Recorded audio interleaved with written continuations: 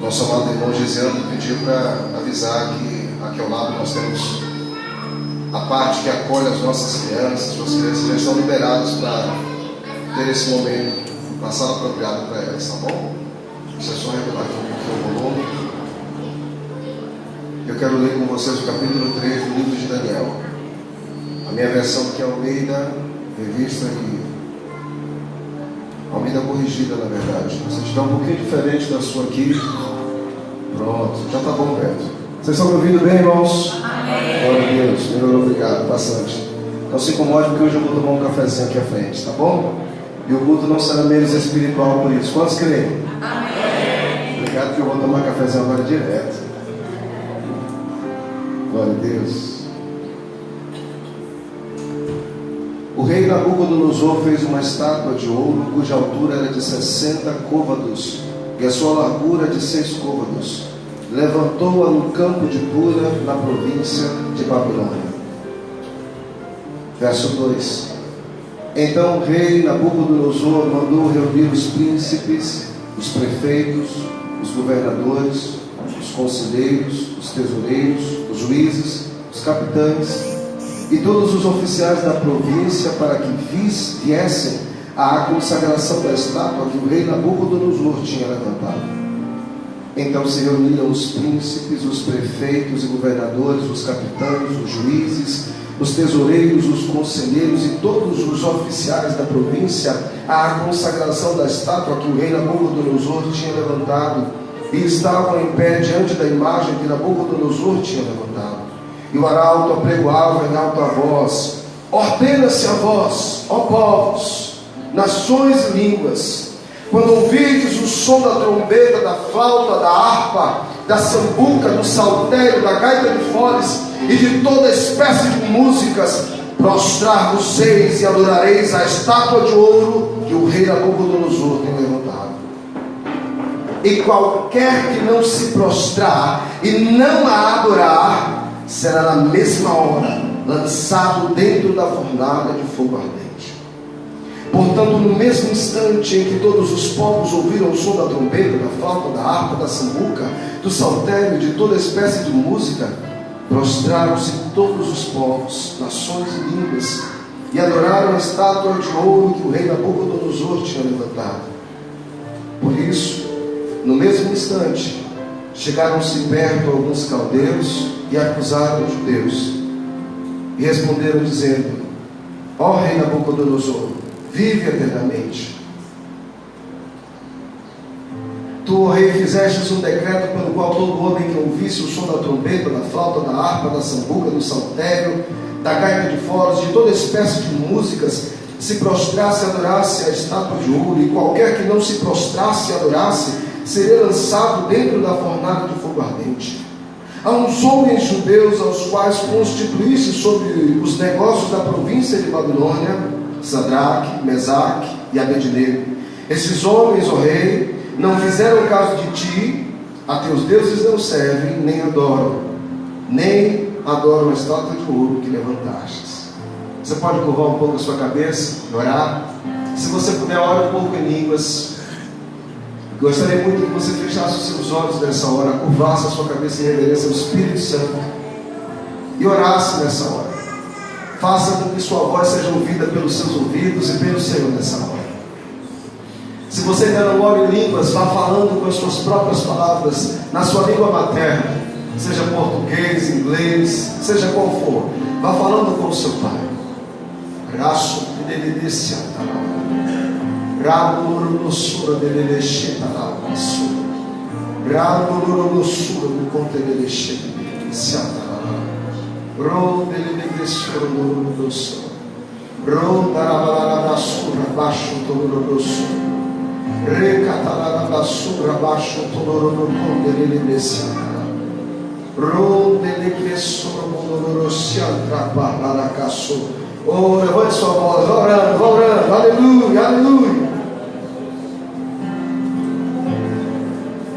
Aleluia, aleluia, aleluia. Obrigado. Obrigado, Espírito Santo, pela sua presença aqui entre nós. Obrigado, Espírito Santo, pela sua presença que pode nos conduzir a cada dia.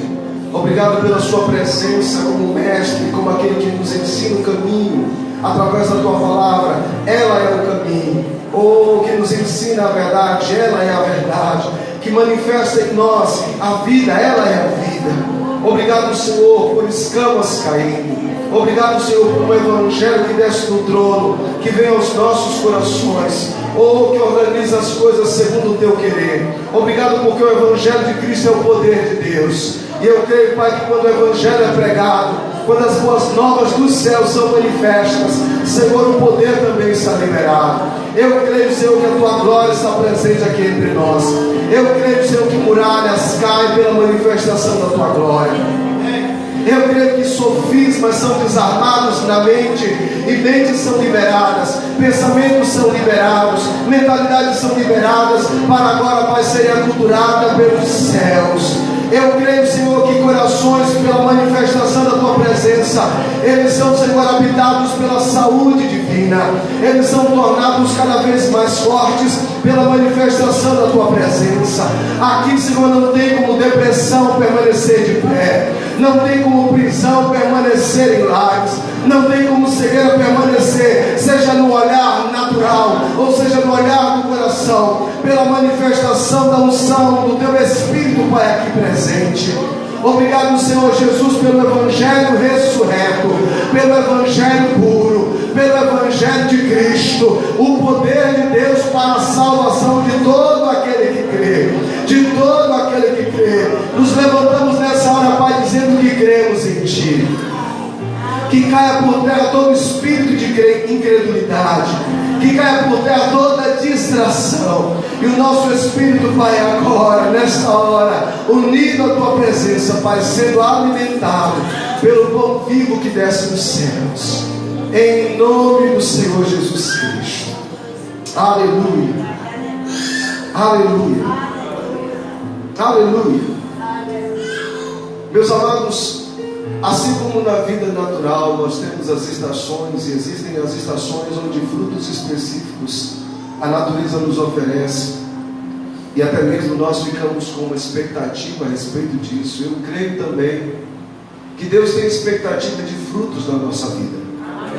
E existem momentos específicos em que Ele quer ver o fruto da confiança, do amor, da bondade. Quantos estão comigo nessa noite? E eu percebo que o Senhor tem nos levado nesses dias, não somente para observar de maneira informativa, mas perceber que Ele tem uma expectativa de que fidelidade, algo que Ele colocou em nossa essência, seja agora apresentado para Ele a 30, a 60 e a 100 por hora. Eu não sei o que você está vivendo no seu particular, mas eu sei o que você, enquanto igreja, está vivendo nesse período. Não apenas como igreja de uma maneira geral, mas como igreja local. E eu te digo, esse também é um princípio pelo qual nós viveremos maravilhas da parte de Deus. Aleluia. Na semana passada nós começamos essa série inspirada ao nosso coração, Fiéis. E nós observamos pela palavra que o apóstolo Paulo, por exemplo, quando ele escrevia suas cartas, ele escrevia não somente aos santos, mas também eles eram chamados fiéis, que estavam na Caia, na Macedônia, na cidade de Éfeso, entre os colossenses, assim como também existem fiéis aqui em Lauro de Freitas, amém? Aqueles que estão em Cristo Jesus, eles são chamados de fiéis. Fiel é quem você é. Fiel é exatamente a sua essência. Como em Gálatas capítulo 5, verso de número 16, um dos frutos do Espírito recriado é exatamente a fidelidade. Fiel é a sua essência. É como Deus te vê, você é um fiel. É também aquilo que se espera de cada um de nós, de mim e de você. O nosso próprio dicionário diz que fiel é aquele que é encontrado onde lhe é esperado. Existem expectativas dos céus para que possamos responder com essa fidelidade, e isso também é um princípio. E Deus vai manifestar coisas que Ele tem prometido ao nosso coração. Todos esses princípios que nós começamos a ensinar na semana passada, eles estruturaram o nosso entendimento para perceber algo, que a fidelidade ela é o fator fundamental para que aquilo que nos é mostrado também nos seja entregue. Há um espaço entre o dia da revelação e o dia da manifestação. E esse espaço não é percorrido por Deus, é percorrido por você em fidelidade à palavra, em fidelidade à direção, em fidelidade ao propósito. Nós aprendemos que pela fidelidade estamos conectados à pessoa de Cristo, à sua ideia, ao seu propósito, e que isso deve ser inegociável. Esse é o passaporte para nós não apenas visualizarmos e nos alegrarmos com o que enxergamos, mas também nos alegrarmos com a manifestação daquilo que um dia Ele nos mostrou. E esperem que esse passaporte, ele vai te surpreender. Porque se você tem alegria quando Deus te mostra uma promessa, essa alegria será superada pela manifestação da mesma promessa. Então, na verdade, quando nós ouvimos a palavra e entendemos o princípio, nós sabemos que aqui não existe de nós uma postura, uma ação, aquilo para nós é um caminho a seguir. E eu creio que existe algo mais para nós compartilharmos nessa noite. E começamos a ler aqui o livro de Daniel, no capítulo 3, que tem algo muito interessante para nós observarmos, não apenas no texto, mas pegá-lo como uma figura para a gente.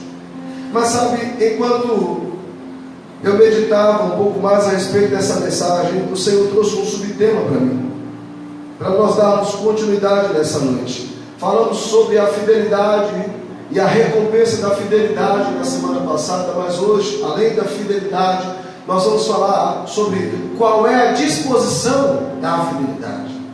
Se você transformar isso em uma pergunta, te ajuda a entender melhor qual é a disposição da fidelidade. Eu gostaria que Marcos me acompanhasse em Atos, capítulo de número 20, a partir do verso 22 ao 24.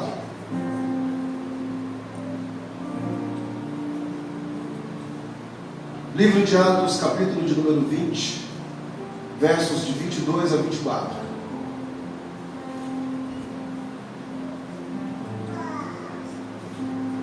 Agora eis que eu constrangido no meu espírito, vou a Jerusalém não sabendo o que ali acontecerá, senão o que o Espírito Santo me testifica. O que ele testifica? Que de cidade em cidade, dizendo que me esperam prisões e tribulações. 24. Mas em nada eu tenho a minha vida por preciosa, ou como preciosa para mim, contanto que complete a minha carreira e o ministério que recebi do Senhor Jesus, para dar testemunho do Evangelho, da graça de Deus. Amém. Em nada eu tenho a minha vida por preciosa para mim. Qual é a disposição da fidelidade? Eu vou te dar a resposta. É a de ser completa. O apóstolo Paulo, alguém que nos traz uma inspiração por ser um filho de Deus, um servo de Cristo, com uma missão muito específica. Eu me lembro do texto em que estão ali 3 filhos de Filipe profetizando, segundo alguns textos, e não eram necessariamente liberando profecias, falando sobre o futuro, mas elas estavam encorajando, consolando, edificando os que estavam ali presentes.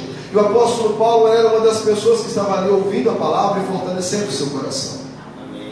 Mas aí chega naquele lugar um profeta chamado Ágabo, e esse profeta ele vai trazer uma palavra de sabedoria. O que é a palavra de sabedoria, pastor? É uma das manifestações dos dons de revelação. Ela anuncia acontecimentos futuros. Amém? Amém. Então ele toma nas mãos o cinto do apóstolo Paulo, amarra com isso as suas próprias mãos e diz: isto acontecerá ao dono deste cinto. Então o apóstolo Paulo aqui está dizendo: eu só sei o que o Espírito Santo me revela, que de cidade em cidade me esperam prisões, tribulações. Sabe, há manifestações do Espírito para nos revelar a respeito de coisas futuras. Amém? Mas você pode perceber qual é a postura do apóstolo Paulo para entendermos algumas revelações que às vezes nós também vivenciamos. Não é para frear, é para preparar o coração para aquilo que está por vir. Qual é a disposição da fidelidade? É começar e terminar bem. É começar bem e terminar melhor. A disposição da fidelidade é de ser completa. Isso não intimidou o apóstolo Paulo, pelo contrário, ele deixava o seu coração ser preparado para que, independente do que acontecesse, o fruto fosse encontrado na sua vida. Servo bom e fiel. Olha para o seu irmão e diga assim: você é um servo, uma serva boa e fiel. É o que você é a sua essência, é como Deus te vê. Os céus esperam isso a nosso respeito. Fiel é aquele que é encontrado onde lhe é esperado. Independente de naufrágios, independente de açoites, independente dos apedrejamentos, independente das fugas tendo que ser descido em cestos, ele não hesitou em seguir as direções que tinha. Deus está esperando esse fruto a 30, a 60 e a 100 por 1 na minha, na sua vida, nesse tempo especificamente. É um fator fundamental para que aquilo que um dia te foi mostrado também seja entregue. Se você se alegrou com o que Deus te mostrou, se prepare. Já estão batendo palmas os céus, porque já está para se manifestar o novo tempo na sua vida. Aleluia! É um fruto muito específico que o Espírito quer encontrar em nós. Mas de nada faço questão, nessa versão diz: nem tenho a minha vida por preciosa, contanto que cumpra com alegria a minha carreira que recebi do Senhor Jesus e o seu ministério. Sabe, irmãos, mais importante do que entender o todo é entender a direção.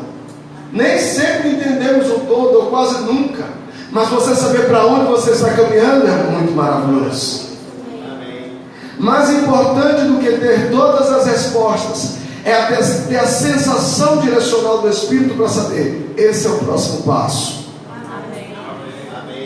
E enquanto eu meditava nisso, sabe o que veio à minha mente? Deus não está à procura de pessoas completas. Deus está à procura de corações que são completos para com Ele. Deus não vai trazer revelações àqueles que pensam ser os mais sábios, mais gabaritados, talvez mais bem informados. Deus trará revelação àqueles que desejam aprender.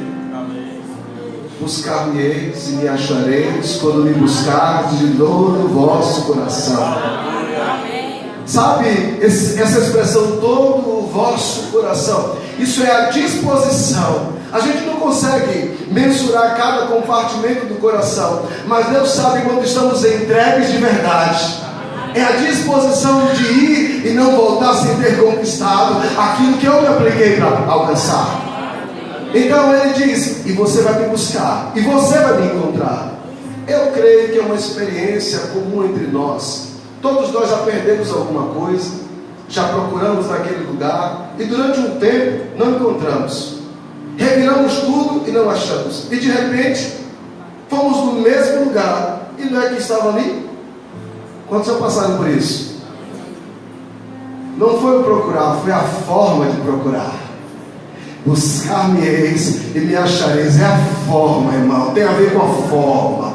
Revelação não vem para quem está passando, revelação vem para quem se dedica a se assentar na presença do Mestre, dedicar tempo e dizer: não saio daqui até que você me mostre pelo menos o próximo passo. Isso tem a ver com a disposição completa do coração. Pegue isso como figura para você entender o que é que Deus quer. É a disposição completa de terminar e de completar aquilo que Ele entregou para você, que Ele confia para você, que Ele espera de você. Aleluia, aleluia, aleluia. Eu quero voltar aqui para o texto que acabamos de ler, onde nós temos aqui um rei, o nome dele é Nabucodonosor. Ele levanta uma estátua de ouro, de certo tamanho, de certa largura, em determinado lugar. E eu quero que você visualize o texto comigo e perceba uma coisa. Ali não estão pessoas comuns, ali estão aqueles que estão posicionados em lugares estratégicos. aqueles a quem foi confiado algo em meio à sociedade. Quando você percebe a descrição de cada um deles, são os juízes, são pessoas, todas elas estão ocupando lugares de liderança, e a provação e a tentação chega exatamente para aqueles que respondem por outros. E destes é esperado uma atitude da parte desse rei chamado Nabucodonosor. E irmãos, você já pensou o que significa o ídolo? O ídolo significa necessariamente a vontade de uma pessoa expressada através de um símbolo.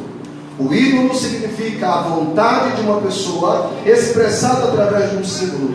É histórico que símbolos foram levantados, na verdade, para justificar atitudes de homens.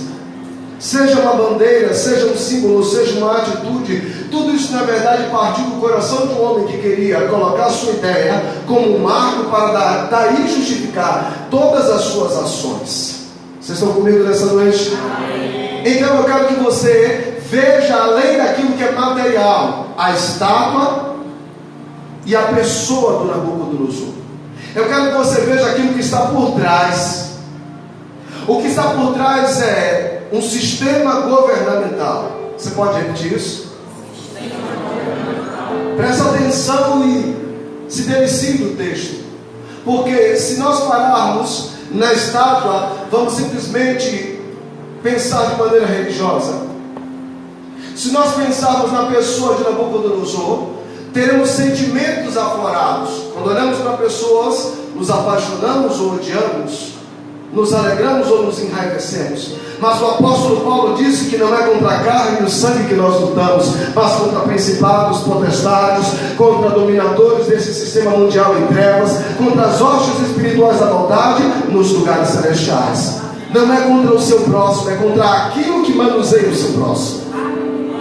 Não é necessariamente um símbolo material, é a ideia que está por trás. São aqueles que nós não enxergamos com os olhos naturais, mas podemos ver as suas ações nesse mundo físico. Ou quando estão comigo nessa noite? Esses homens estão aqui vivendo um momento muito delicado, porque eles haviam ascendido a certas posições na província da Babilônia, já que Daniel havia interpretado os sonhos do rei. Esses três homens tinham sido confiado algo a eles, e agora eles estão fazendo parte de um clero, e agora eles são levados para um lugar onde eles serão tentados e também provados. Tentados e também provados. Entenda isso. Satanás nos tenta, em nossa carne somos tentados, mas Deus também nos prova. E a palavra diz que a nossa fé, o apóstolo Tiago diz que a nossa fé ela precisa ser provada, e quando ela é revelada, ela se mostra mais preciosa do que o ouro que é refinado pelo fogo. Aleluia! Às vezes, no mesmo momento que estamos sendo tentados, a permissão divina é para que esse fruto da nossa vida também venha se evidenciar.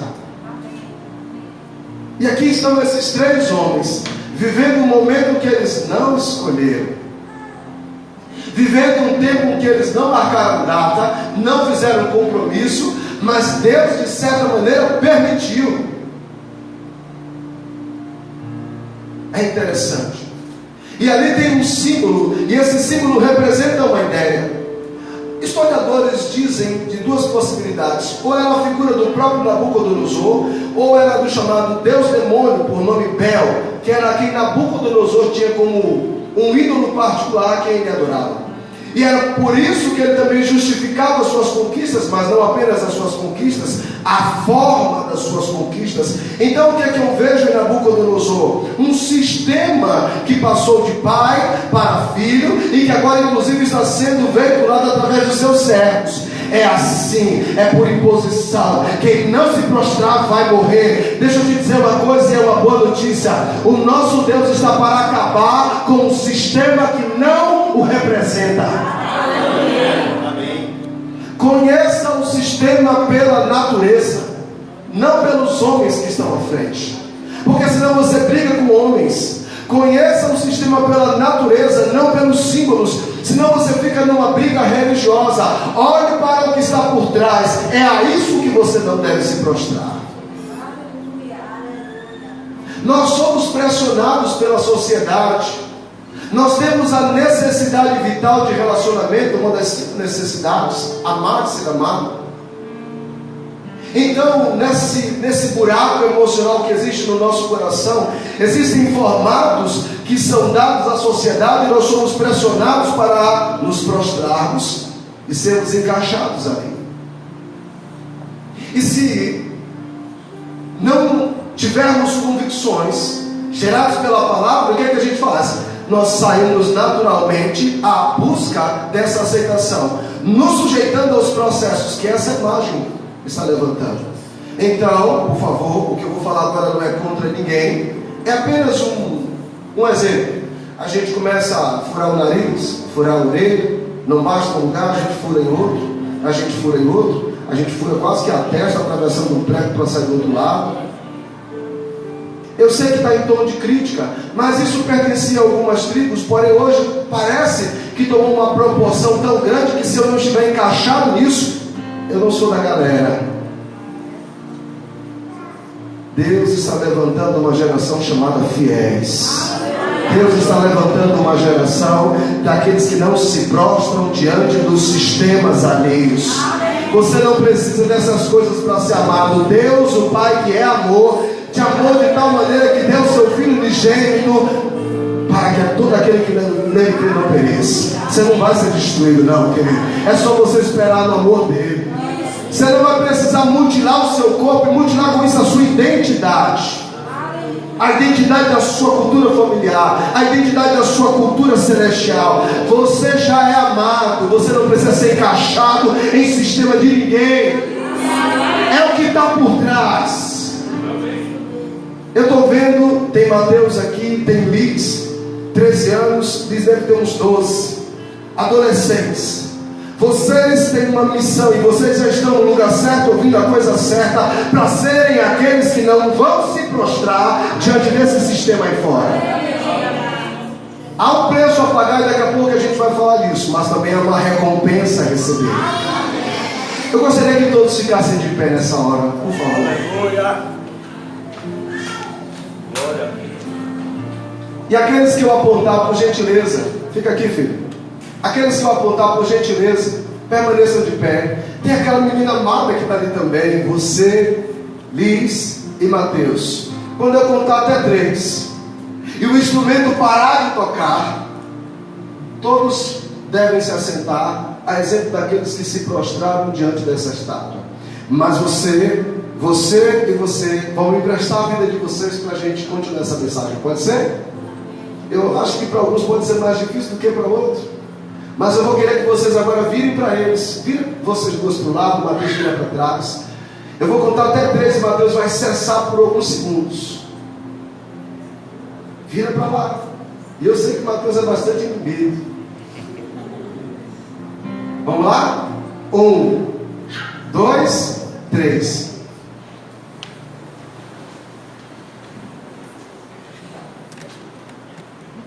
Vocês podem olhar para eles. Não tem como olhar para eles. Não tem como perceber que a movimentação deles nem aconteceu a seu exemplo. Não seguiram na mesma direção. Não tem como não perceber que tem alguma coisa estranha com eles. Ou talvez com aqueles que se assentaram. Talvez o coração deles, como Mateus agora deve estar colocando o olhar num ponto específico, que é para poder focar suas emoções e esquecer um pouco, pelo menos, da quantidade de pessoas que estão observando a ele agora. Liz, ela fica com o olhar grudado em mim, porque ela está controlando a sua emoção. A sua inteligência emocional é fantástica, assim como a dela. Está ali me observando e ao mesmo tempo está ligada nas movimentações ao redor. A gente não se sente um pouco estranho? Parece que a gente está sozinho. Vocês podem aplaudir os 3, por favor? Agora vocês sentem. Cuidado pela coragem, porque é isso que Deus espera de vocês. Amém. Mas também é isso que Deus vai esperar de mim e de você. Sabe, não tem como o processo da fidelidade não nos expor diante de todos que estão pensando, o caminho é por aqui, quando Deus está dizendo, não, na verdade você fica por aqui. Não tem como, principalmente nessa fase da adolescência, quantos garotos dentro do meu condomínio são surpreendidos na escada praticando sexo, e a gente está guardando o nosso filho, não dentro de casa, mas dentro da cabeça dele, que ainda não está na hora, que esse não é um processo para ele, que ele é diferente, que ele pode estar na Babilônia, mas ele não é da Babilônia. Vocês estão no mundo, mas não pertencem a este mundo. E isso precisa ser uma convicção tão clara no nosso coração, que de maneira que vai desprender em nós uma coragem, a ponto de que coisas importantes podem ficar para trás, mas é porque eu estou mirando um alvo que é maior, que é absoluto, que é insolúvel. Muitos de nós aqui já passamos pela fase em que nossas escolhas nos deixaram tanto quanto sós, seja no ambiente familiar, seja entre amigos, na escola, faculdade, dependendo da fase que você está vivendo. Todo mundo caminhava para a mesma religião, de repente você encontrou algo diferente, que não tem a ver com religião, tem a ver com relacionamento, e agora parece que há um constrangimento, uma forçação de barra para que você possa se prostrar. Mas esse é o tempo em que um fruto chamado fidelidade há de glorificar o seu Pai. E eu te digo, os céus esperam isso de mim e de você. Os céus estão preparados para dizer, servo bom e fiel. E para você, isso não é só uma postura, também é um princípio, para que aquilo que te foi mostrado, você também possa se deliciar. Corra a carreira que me está proposta, querido. Comece e termine. O final vai ser melhor. Aleluia. É que nem as dores de parto. Talvez nesse momento, quem ficou de pé vive angústia, mas daqui a pouco a promoção está chegando. Eu vou dizer mais uma vez, daqui a pouco a promoção está chegando. Esse é o passaporte da fidelidade, é para crescimento. Eu tenho andado com uma rema no meu coração esses dias. Sabe, Joyce Meyer, na verdade, é quem disse isso. Aquilo que você tolera, você não muda. Se você tiver medo de se posicionar, os anos servirão como aniversário para a mesma coisa que você tem chorado anos e anos. Mas são os revolucionários que farão a diferença. Presta atenção, a história não foi contada por aqueles que são ordinários, mas por aqueles que fizeram a diferença e foram extraordinários. Não tiveram medo de ficar só, não tiveram medo de falar diferente, não tiveram medo de se expor ao inusitado. Se prepare, porque Deus está contando com aqueles que querem viver algo diferente, direções diferentes. Oh, aleluia, aleluia, aleluia.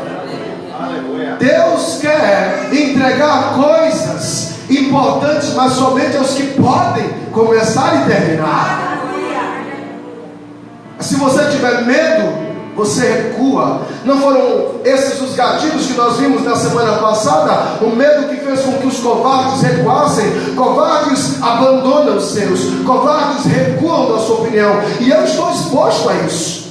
Eu tenho lutas que você não tem, amém? Eu enfrento coisas que você não enfrenta. Então eu estou falando sim das suas lutas, mas eu também estou falando das minhas. Você vai precisar vencer as suas lutas e eu vou precisar vencer as minhas. Essa mesma palavra, ela está cortando por dentro, onde chorando no meu coração eu tenho que bater o perfil e dizer, da tua presença eu não saio, dos teus propósitos eu não abro mão, da direção para a minha vida eu não só estou disposto a viver, mas eu vou morrer todos os dias por ela. Aleluia. Todo o caminho que você caminhar com Deus valerá a pena. Toda decisão que você tomar inspirada pelo Espírito Santo vai valer a pena para você. É só você olhar para trás e perceber que ainda que em algumas delas você pagou alguns preços, veja o fruto que você já está colhendo hoje. Então se prepare, porque ainda vai melhorar. Só vai melhorar, querido. Aleluia. Vamos mais, vamos mais. O ídolo é exatamente essa ideia. Ele representa a vontade humana em um processo, como aqui também em uma imagem. Você não está lutando religiosamente, nem deve lutar contra pessoas. É o que está por trás. Só te lembrando, você está em Cristo Jesus. Principados e potestades estão numa outra condição, bem abaixo dos seus pés, porque você está em Cristo Jesus. Então, como é que nós vamos lutar as nossas guerras? É posicionado no lugar certo, é falando com autoridade, não com quem pode perder, é com quem já venceu. Aleluia! Glória a Deus, glória a Deus, glória a Deus. Romanos capítulo de número 6, verso 16, por favor. Romanos capítulo 6, verso de número 16. Ele diz que aquilo que você tolera, isso você também não muda. E a outra coisa que o Senhor tem colocado no meu coração, compartilhei com as meninas ontem, e resolvi trazer hoje de novo. Se não houver altura, não há crescimento. Como é que você vai conseguir resultados diferentes se os processos eles não mudam? Dizem que esse é o verdadeiro conceito de insanidade. Se você não quiser romper com o seu medo, se você não quiser romper com o nível até onde você chegou, não haverá crescimento. Se você tiver medo de romper, medo dos processos decorrentes do romper, porque vai muitas vezes trazer chateação, muitas vezes trazer tristeza, você não vai ver o que Deus tem para você. Há um inimigo que você não deve desprezar, e não desprezar fazendo exatamente aquilo que você precisa fazer. Não é contra pessoas, não é contra processos. É você e Deus, e é você o seu adversário muitas vezes. Aqui em Romanos 6, verso de número 16, conseguimos? Diz assim: não sabeis que daquele a quem vos apresentastes como servos para lhe obedecerem, sois servos daquele mesmo a quem obedeceis? Seja do pecado para a morte, ou da obediência para a justiça. Eu quero voltar ao começo, por favor. Apenas o mesmo verso. Verso 16. Obrigado, querido. Não sabeis que daquele a quem vos apresentais como servos, em outra versão diz escravos, para lhe obedecer, sois servos ou escravos desse mesmo a quem obedeceis?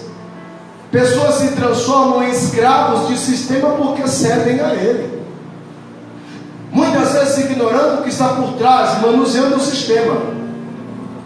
E pode perceber que do pai de Nabucodonosor passou para Nabucodonosor e vai passar para os seus filhos com o mesmo comportamento governamental, porque não é a questão da pessoa, é que aquilo que o inimigo conseguiu construir como cultura e passa de geração para geração, de geração para geração. Então, se o pai era agressivo, o filho se torna agressivo, o neto se torna agressivo. Tem ciclos que precisam ser quebrados. Nós precisamos nos levantar contra esses demônios do inferno e dizer: é hora de parar, a nossa terra é frutífera. Se você consegue entender isso, seja na aplicação da sua vida pessoal, seja qual for a área, você precisa se posicionar.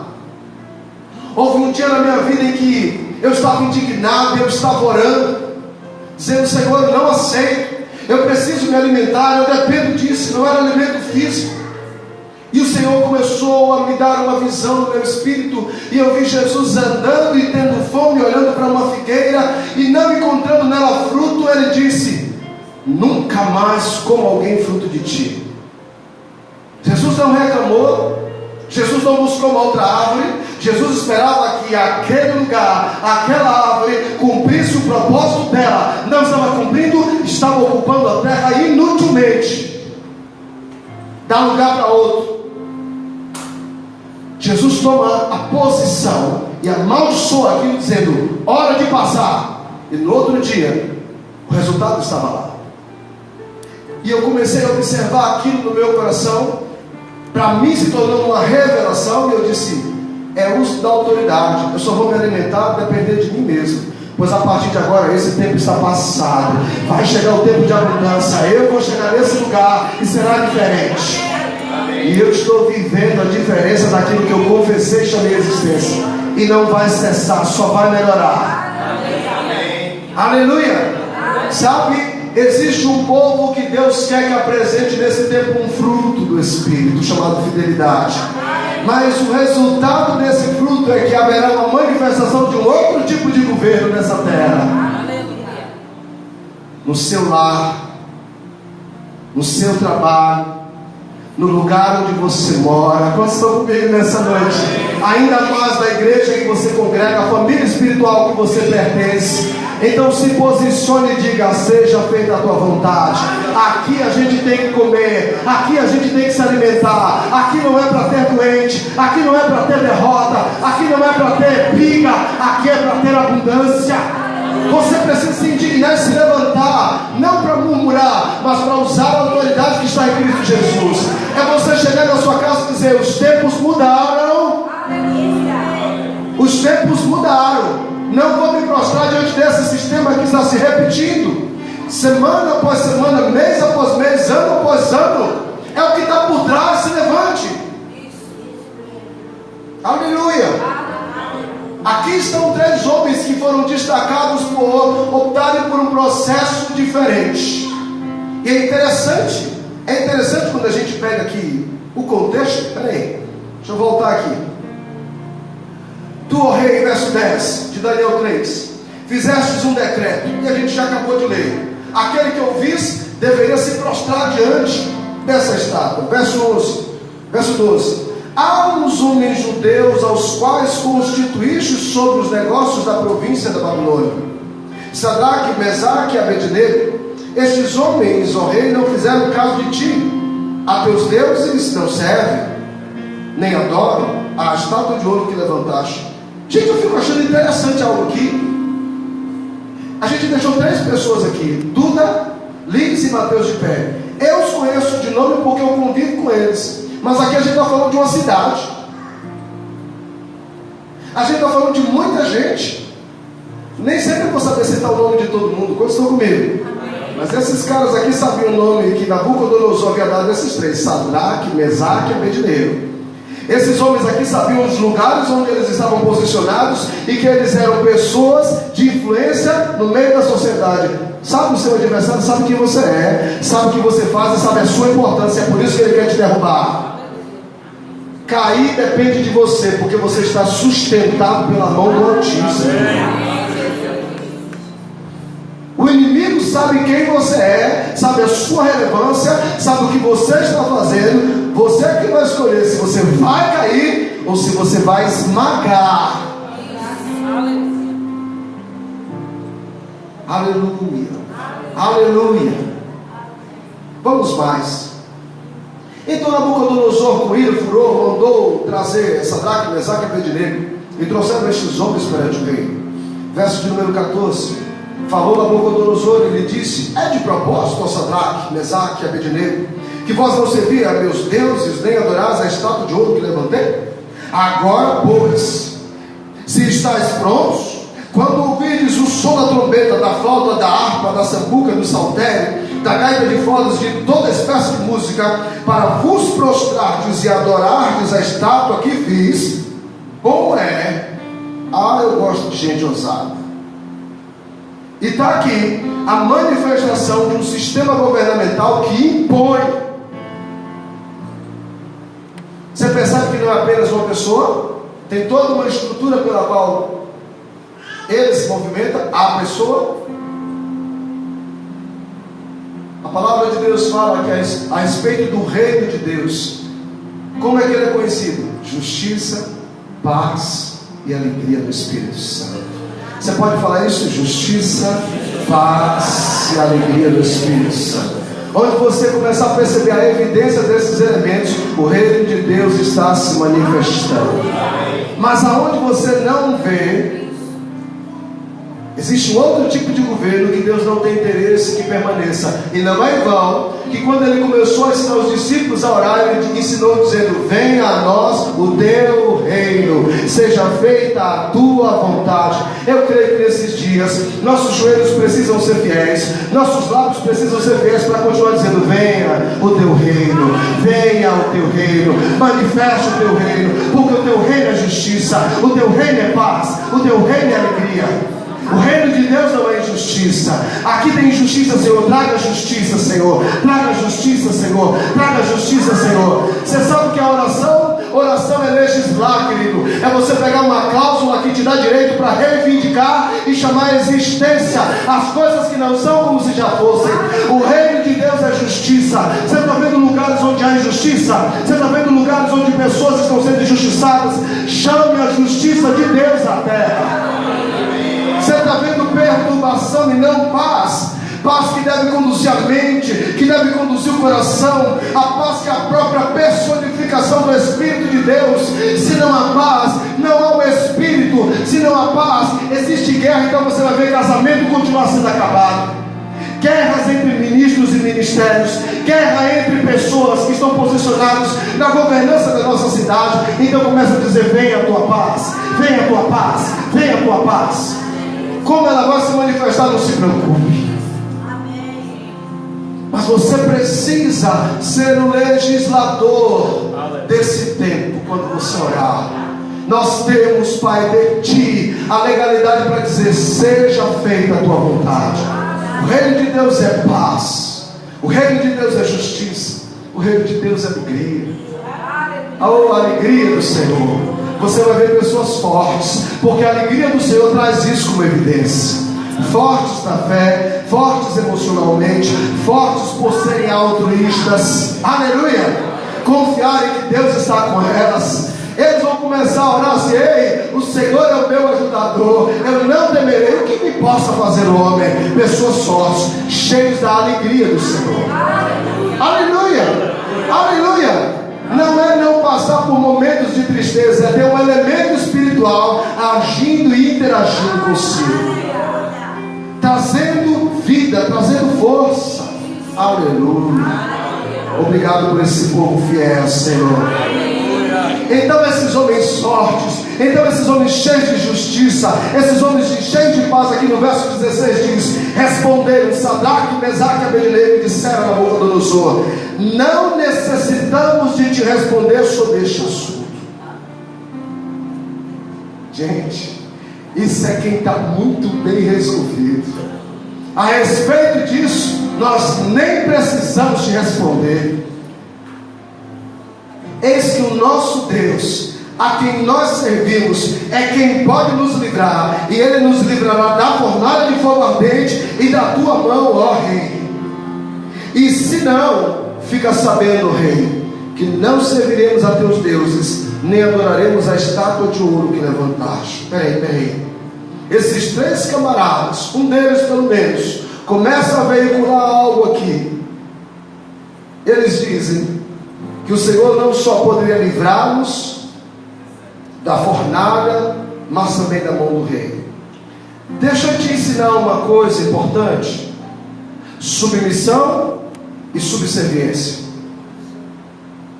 Submissão é condicional, subserviência é incondicional. Submissão é reino de Deus, subserviência é império. No império, uma pessoa é a lei, sua vontade é a lei. No reino, o rei está debaixo da palavra. Eu sou autoridade, conforme a graça de Deus, sobre vocês, como pastor dessa casa. Mas a sua submissão é condicional.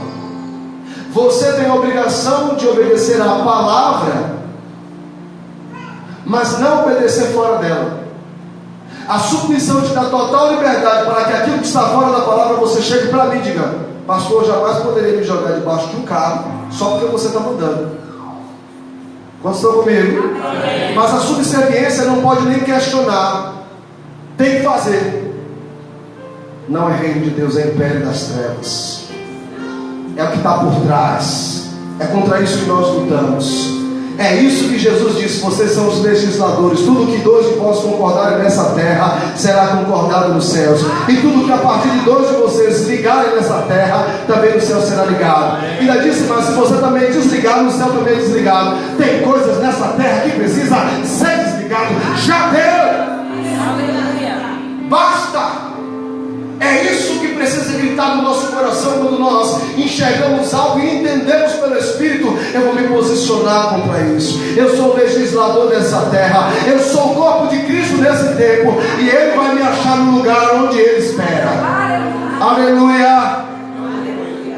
A respeito do teu sistema, eu nem preciso te responder, porque algo está bem resolvido dentro de mim. Eu não preciso me submeter aos seus processos. livrar da fornalha e também da tua mão. Mas é lindo o que esses camaradas falam aqui. E se não livrar? E se o fogo queimar? E se o rei apertar o pescoço? O que esses caras dizem é exatamente o que o tema dessa noite nós estamos observando. Há uma disposição para a fidelidade, é para ser completa. Se Deus ainda assim não nos livrar, nós não vamos voltar atrás, nós não vamos nos prostrar. Eu comecei, eu vou terminar. Sabe o que é que eu tenho dito para mim? Que no meu caminho existem algumas pontes e eu estou queimando tudo que fica para trás, eu não volto. Aquele que põe a mão no arado não pode olhar para trás, caso contrário não está apto para o reino dos céus. Não tem a ver com pessoas, é com você e Deus. Aleluia. Glórias sejam dadas ao nosso Pai. Glória a Deus. Glórias sejam dadas ao nosso Pai celestial glorioso. Aleluia. Sabe, irmãos, aqui está uma mensagem que, se eu for além, talvez seu cérebro fique tão cheio de coisas, ainda que possam ser maravilhosas, mas há um testemunho do meu espírito que eu quero que você entenda isso. Qual é a disposição da fidelidade? A de ser completa. E você tem sido ensinado ainda mais nesses dias que melhor é o fim das coisas do que o princípio delas. Se o fim é bom, querido, se prepare, tá? A promessa da palavra é que será melhor no final. Mas os processos, de fato, eles trazem momentos de perturbação. Eles podem trazer alguns desgostos. Olha-os para o Senhor, saiba quem é o seu adversário, ora-os no propósito, sabe qual é a postura diante do adversário e segue o seu caminho até o final. Fique de pé em nome de Jesus. Eu não vou parar. Aleluia.